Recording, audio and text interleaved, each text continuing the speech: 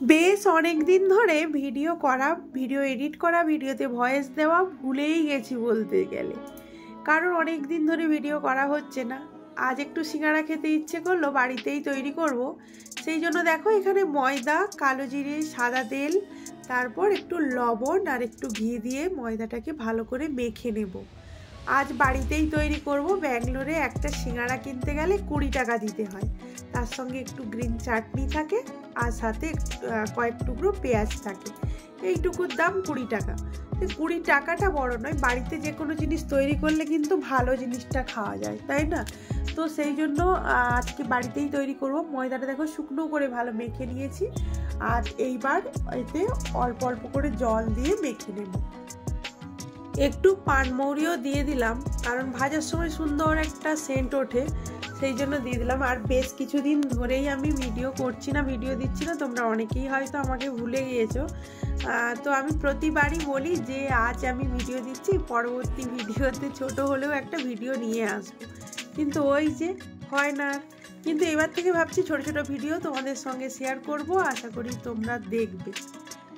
না দেখলেও শেয়ার করব, কারণ আমি এই চ্যানেলটা রাখতে চাই, সেই জন্য ভিডিওটা দেব। এখানে দেখো সাদা তেলের মধ্যে আর কি নারকেল আর বাদামটা ভেজে নিয়েছি, আর এখানে তেলের মধ্যে দিয়ে দিলাম পানমৌরি আর কেটে রাখা আলু। আলুগুলো সেদ্ধ করেও মেখে নেওয়া যায়। আর এখানে আমাদের ব্যাঙ্গালোরে যে সিঙ্গারাগুলো বিক্রি হয় না, তো ওগুলো ভেজিটেবিল সিঙ্গারা থাকে, ঠিক আছে, সমস্ত সবজি দিয়ে থাকে। আমার অতটা ভালো লাগে না, আমরা বাঙালি আলুর সিঙ্গারাটা খেতেই বেশি ভালো লাগে। আমাদের আলুর চপ, আলুর সিঙ্গারা আমরা সব থেকে বেশি ভালোবাসি। লবণ, হলুদ, কাঁচা লঙ্কা আর মটরশুঁটি দিয়ে দিয়েছি, দিয়ে ঢেকে দিয়েছিলাম। আলুগুলো ঠিক ভাজা করব না, মানে সেদ্ধ সেদ্ধ যাতে হয়ে যায়। এইবার দেখো ওই আলুর মধ্যেই একটু থেতো করে রাখা আদা দিয়ে দিচ্ছি।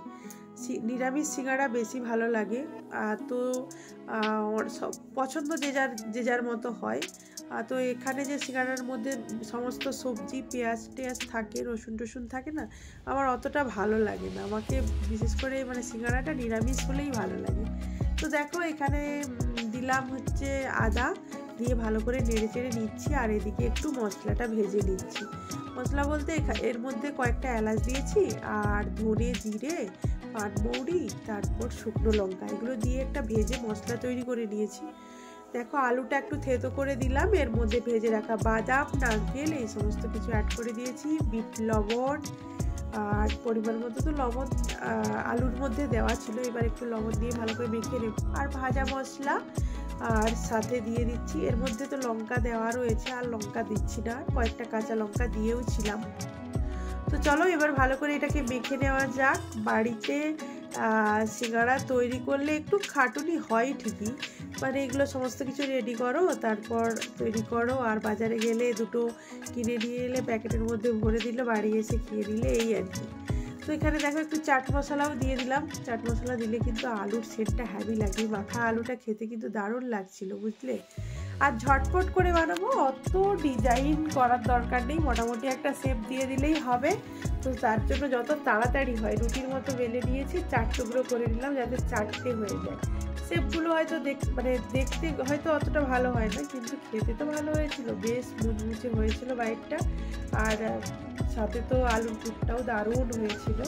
এখানে দেখো তেলটা গরম হয়েছে, হালকা গরম তেলের মধ্যে আর কি সিঙ্গারাগুলো ছেড়ে দিয়েছি, নাহলে সিঙ্গারাগুলো সমস্ত খুলে যাবে। তো ধীরে ধীরে ভেজে নিয়েছি, এগুলো রেডি হয়ে গেছে সিঙ্গারা। চলে এসো গরম গরম চায়ের সঙ্গে, তোমাদেরও খেতে দেবো। তোমরা ভালো থেকো, সুস্থ থেকো, দেখা হবে পরবর্তী ভিডিওতে। টাটা।